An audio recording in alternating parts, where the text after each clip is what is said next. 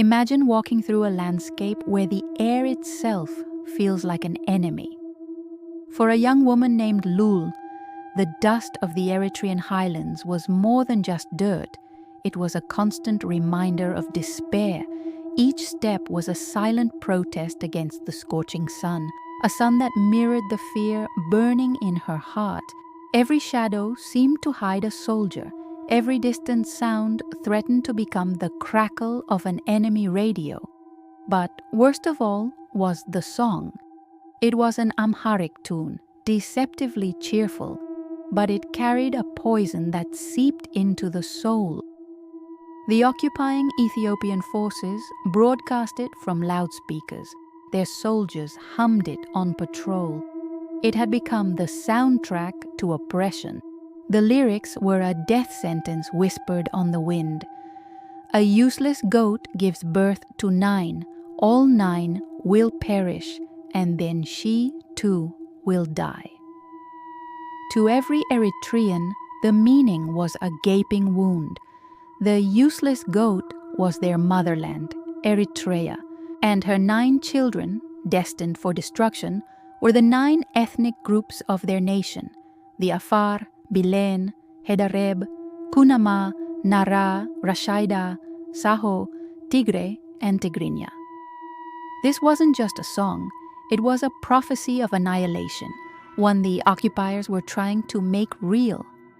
As Lul walked, her mind drifted back to her hometown of Keren before it became a ghost town. She remembered the day the soldiers came, a whirlwind of steel and violence. Her brother, his spirit as fiery as the Eritrean sun, tried to defend their home. They dragged him away, his cries, the screams of the women, the soldiers' humming of that terrible tune. It all merged into a single, horrifying memory. The humiliation was a daily ritual designed to chip away at their spirit. Lul had seen it all. She remembered gentle-faced Kunama men stopped and harassed on their way home from the fields. She saw a Nara elder, his protest met with a rifle butt to the stomach for simply protecting his prayer beads. The vibrant Rashaida traders now moved with a quiet, hunted caution. Saho women gathered in hushed, fearful groups, sharing stories of husbands and sons who had simply vanished. The public square, once alive with the sounds of the market, had been turned into a stage for horror. She could still see the faces of the condemned, a mixture of defiance and heartbreaking sorrow, as they stood before the firing squads. And always, just before the shots rang out, the speakers would blare that tinny, distorted song.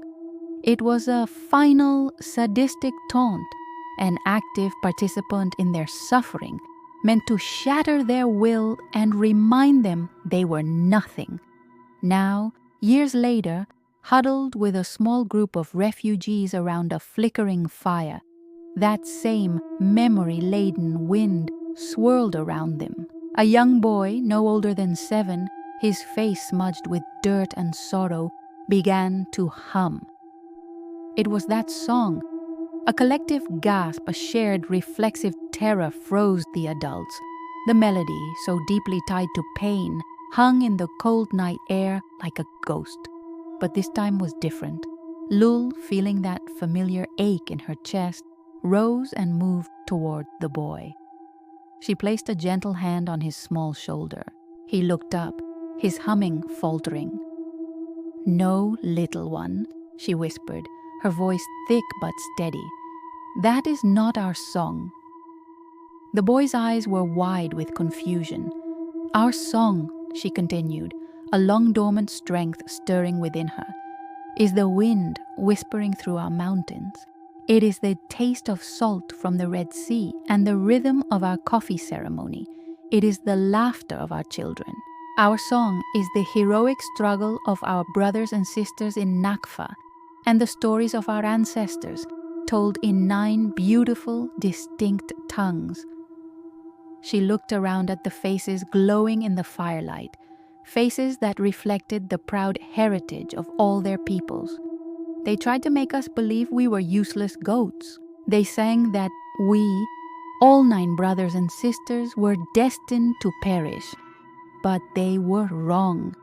Her voice grew stronger, ringing with a newfound clarity that cut through the night. We are not goats. We are camels who endure any hardship. We are lions who fight for what is ours. We are eagles who soar above our challenges. We are the 9 threads of Eritrea, and woven together, we can never, ever be broken. In that moment, under the vast starry sky, Lul understood. The Ethiopian song, a weapon designed to install fear and division, had failed. In its cruelty, it had unknowingly forged an unbreakable resolve. The scars would remain, the suffering would be remembered, but they would not be defined by it. They were the children of a resilient motherland. And their true song, the one they would pass down to their children, was a symphony of survival, of unity, and of an unyielding hope for a future free from the shadow of that terrible tune. Their song was the song of freedom. This story is a powerful reminder of the resilience of the human spirit and the strength found in unity. If this story moved you, please give this video a like and share it to spread this message of hope. And don't forget to subscribe for more stories that deserve to be heard. Thank you for watching.